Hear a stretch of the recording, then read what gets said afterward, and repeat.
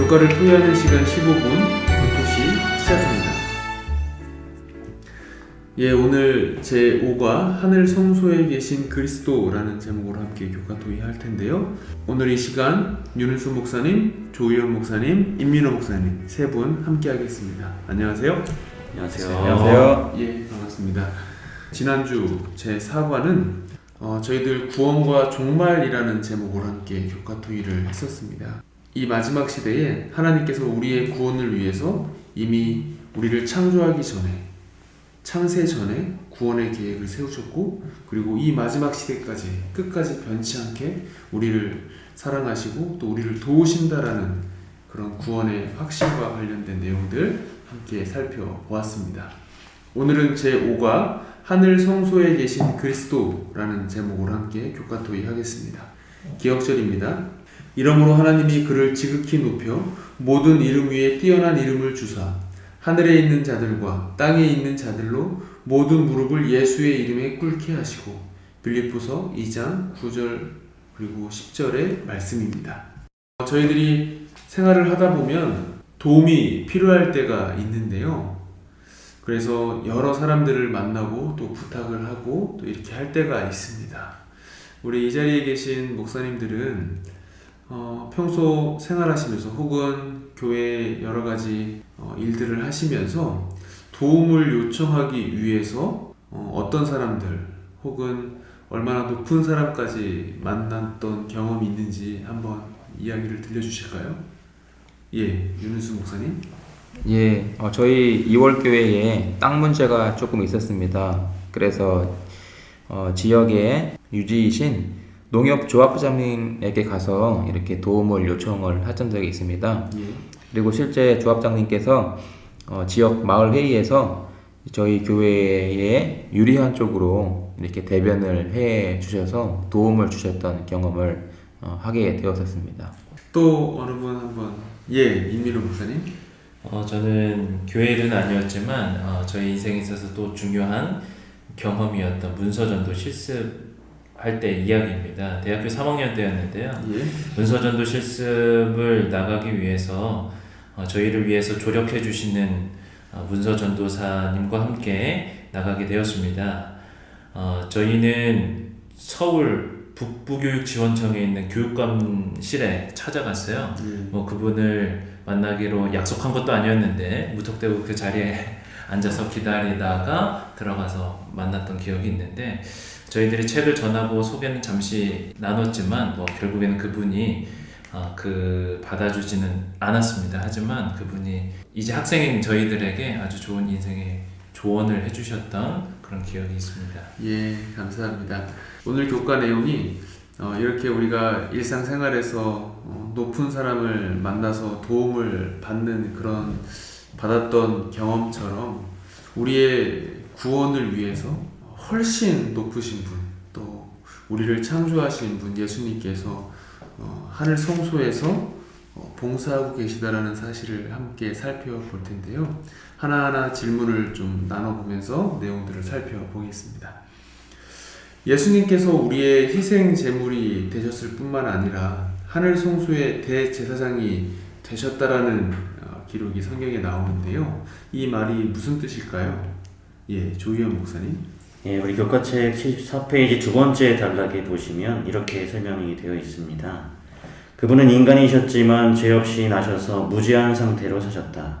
그분은 무죄한 존재로서 인류가 쌓아온 흉격적인 죄의 무게에 짓눌려 죽으셨다.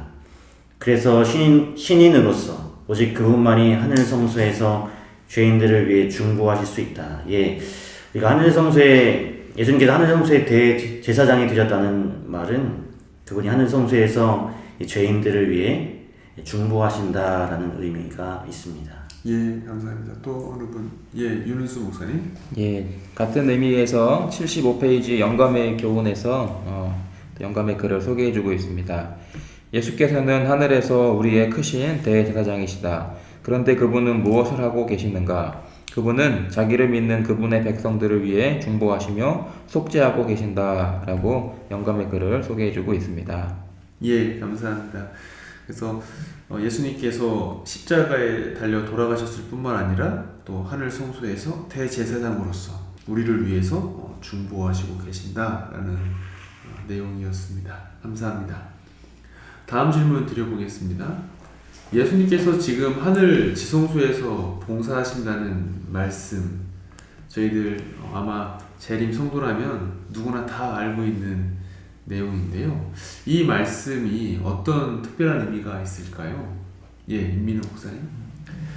네, 예수님의 하늘 지성소 봉사는 우리 재림교인들이 아주 특별하고도 또 의미 있게 가지고 있는 하나의 교리 중에 하나라고 생각을 합니다.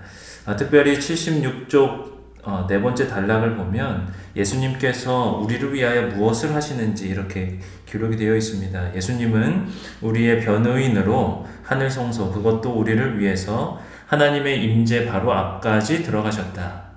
예수님은 자신의 속죄의 공로와 우리를 위해 이루신 영원한 속량을 가지고 아버지 앞에 서 계신다. 그분은 그 하늘 지성소에서 우리를 위하여 변호하시려고 그 자리에 계시고 봉사하신다라고 말을 하고 있습니다. 예, 예수님께서 우리의 변호인이시다라는 말씀이 참 특별한 의미로 다가오고 또 인상적인 것 같습니다. 고맙습니다. 또 어느 분, 예, 조희영 목사님. 예, 비슷한 내용인데요. 우리 교과책 76페이지 5번째 단락에 보면 그분은 회개하는 죄인들을 변호하시되 하나님 앞에서 우리의 공로가 아닌 우리를 위한 자신의 공로를 주장하신다.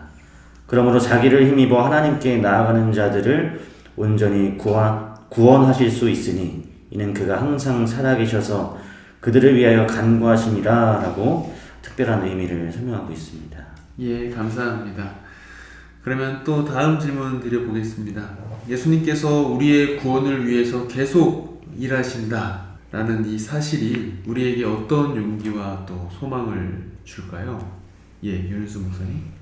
예, 75페이지 묵상 부분에 이런 용기를 주더라고요. 예수님의 제사장직은 임기가 없습니다. 예수는 영원히 계심으로 그 제사장 직분도 갈리지 아니하느니라 라고 소개하면서 정말 임기가 없이 영원히 저희들에게 저희들을 위해서 일하시는 예수님의 모습을 통해서 용기와 소망을 받게 됩니다. 예, 감사합니다. 또 예, 임민호 목사님. 네. 그 75쪽 묵상 부분 좀 이어서 또 보면요. 무엇보다 그분은 자기를 힘입어 하나님께 나아가는 자를 온전히 구원하실 수 있으니 이는 그가 항상 살아계셔서 그들을 위해 간구하시기 때문입니다. 하늘에서 나를 변호하시는 분은 항상 살아계십니다. 이보다 더 큰 위로가 있을까요? 라고 저자는 이야기하고 있습니다. 예, 감사합니다. 항상 살아계셔서 우리를 위하여 항상 끝까지 일하신다. 대제사장 직분을 수행하고 계신다라는 말씀을 해주셨습니다. 우리가 이렇게 예수님께서 하늘 성수에서 대제사장으로 봉사하신다는 사실을 잘 알고 있는데요.